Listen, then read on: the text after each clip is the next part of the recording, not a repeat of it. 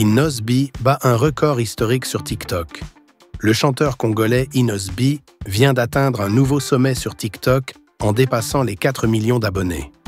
Il devient ainsi le premier artiste musical basé à Kinshasa à atteindre une telle popularité sur cette plateforme, confirmant son influence grandissante auprès des jeunes. Avec ce cap franchi, Inosby devance largement d'autres grandes figures de la musique congolaise sur TikTok. Il dépasse Fally Ipupa, 3,6 millions d'abonnés, Rebo Chulo, 2,1 millions, Gaz Mawete, 1,8 million, et Koffi Olomide, 1,5 million. Son succès s'explique en partie par son activité constante sur le réseau, où il partage régulièrement des vidéos de danse, de chant et des moments interactifs avec ses fans. Cette ascension fulgurante démontre à quel point Inosby est devenu une référence dans l'industrie musicale congolaise. Son style dynamique et sa proximité avec son public lui permettent de toucher une large audience, notamment les jeunes, très présents sur TikTok. Le record établi par Inosby prouve que les artistes congolais peuvent rayonner bien au-delà de leur pays grâce aux réseaux sociaux. Son parcours inspire de nombreux jeunes talents et renforce l'idée que la musique congolaise a toute sa place sur la scène internationale. Werason révèle une surprenante proposition de Koffi Olomide. Une ancienne interview de Werason refait surface sur les réseaux sociaux et suscite de nombreuses réactions. Dans cet extrait, le célèbre artiste congolais raconte une proposition inattendue qu'il aurait reçue de Koffi Olomide après la séparation du groupe Wenge Musica BCBG 4x4. Selon Werason, après la dislocation du groupe, Koffi Olomide lui aurait proposé 50 millions de dollars pour rejoindre son orchestre en tant que chef d'orchestre.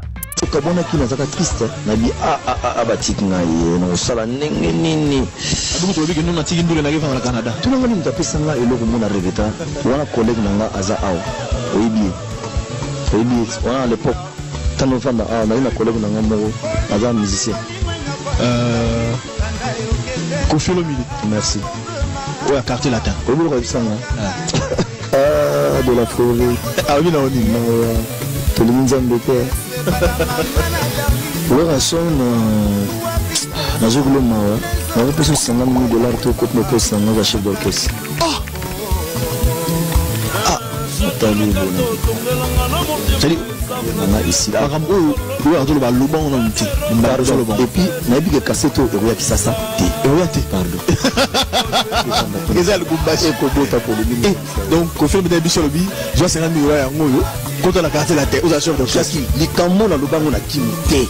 Une somme impressionnante qui témoigne de la valeur que l'interprète de Loi accordait à Werason à cette époque. Malgré cette offre alléchante, Werason a choisi de suivre son propre chemin en fondant Wenge Musica Maison Mère, qui deviendra l'un des groupes les plus influents de la musique congolaise. Son choix s'est avéré payant, car il a su bâtir une carrière solide et marquer plusieurs générations avec son style unique. La révélation de cette proposition de Koffi Olomide relance les discussions sur l'histoire du Wenge et sur les choix stratégiques de ses anciens membres. Si Werason avait accepté, le paysage musical congolais aurait peut-être été bien différent aujourd'hui. Cette anecdote montre une fois de plus l'impact et l'influence des grandes figures de la rumba congolaise. Koffi Olomide s'est récemment exprimé sur la question de son héritage familial lors d'une interview, un sujet qui intrigue souvent ses fans et les médias. L'artiste congolais a tenu à clarifier sa position concernant tous ses enfants, mettant un terme aux spéculations sur d'éventuelles préférences. Lorsque le journaliste a mentionné uniquement Diddy Stone, avec qui il entretient des relations compliquées, et Minou Miss Univers, avec qui tout semble bien se passer, Koffi Olomide a immédiatement réagi. « Tous sont mes enfants, mais vous n'avez cité que 2, alors que vous pouvez en citer 9 ou 10. Ils sont tous mes enfants et je les aime du même amour », a-t-il déclaré. Par cette réponse, la légende de la rumba congolaise a voulu affirmer qu'aucun de ses enfants n'était mis de côté, malgré les tensions qui ont parfois marqué ses relations familiales. Il insiste sur le fait que l'amour paternel ne connaît pas de distinction et qu'il reste attaché à chacun d'eux. Cependant, cette déclaration ne suffira peut-être pas à faire taire les rumeurs autour de son conflit avec Diddy Stone. Le sujet de leur éloignement continue d'alimenter les discussions sur les réseaux sociaux où les fans tentent de comprendre les raisons de cette distance. Quoi qu'il en soit, Koffi Olomidé reste fidèle à lui-même. Un père affirmant aimer tous ses enfants et un artiste dont la vie privée suscite toujours autant d'intérêt.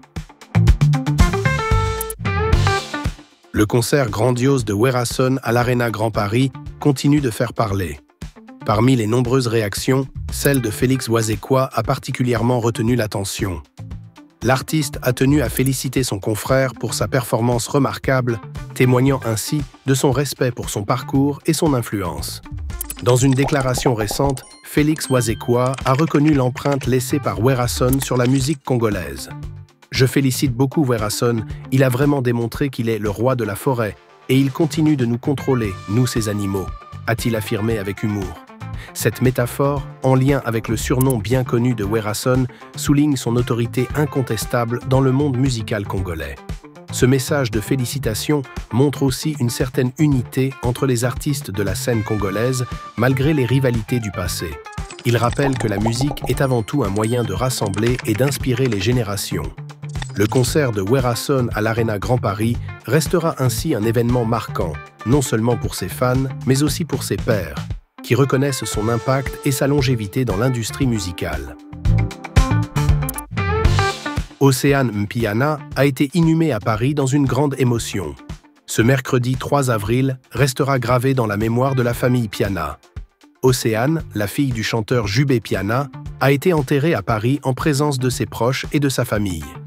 Une cérémonie émouvante marquée par le chagrin, mais aussi par l'amour que ses proches lui portaient. Pendant cette journée difficile, beaucoup de larmes ont coulé, mais aussi beaucoup de prières ont été faites pour accompagner Océane dans son dernier voyage. L'émotion était forte, autant à Paris qu'à Kinshasa, où une cérémonie parallèle a été organisée. À Kinshasa, ceux qui n'ont pas pu faire le déplacement jusqu'en France ont eu l'occasion de lui rendre hommage. Une mise en bière a eu lieu dans la salle VIA Nova, permettant aux amis, fans et membres de la communauté de venir se recueillir. Le départ soudain d'Océane Piana est une grande perte, non seulement pour sa famille, mais aussi pour tous ceux qui l'ont connue de près ou de loin. Son souvenir vivra à travers les témoignages de ceux qui l'ont aimé. Dans cette épreuve, Jubé Piana et sa famille peuvent compter sur un soutien massif. La solidarité exprimée par le public et les proches montre à quel point Océane était aimée et respectée. N'hésitez pas à liker, à partager et à mettre un petit pouce bleu si vous avez kiffé la vidéo. Voilà.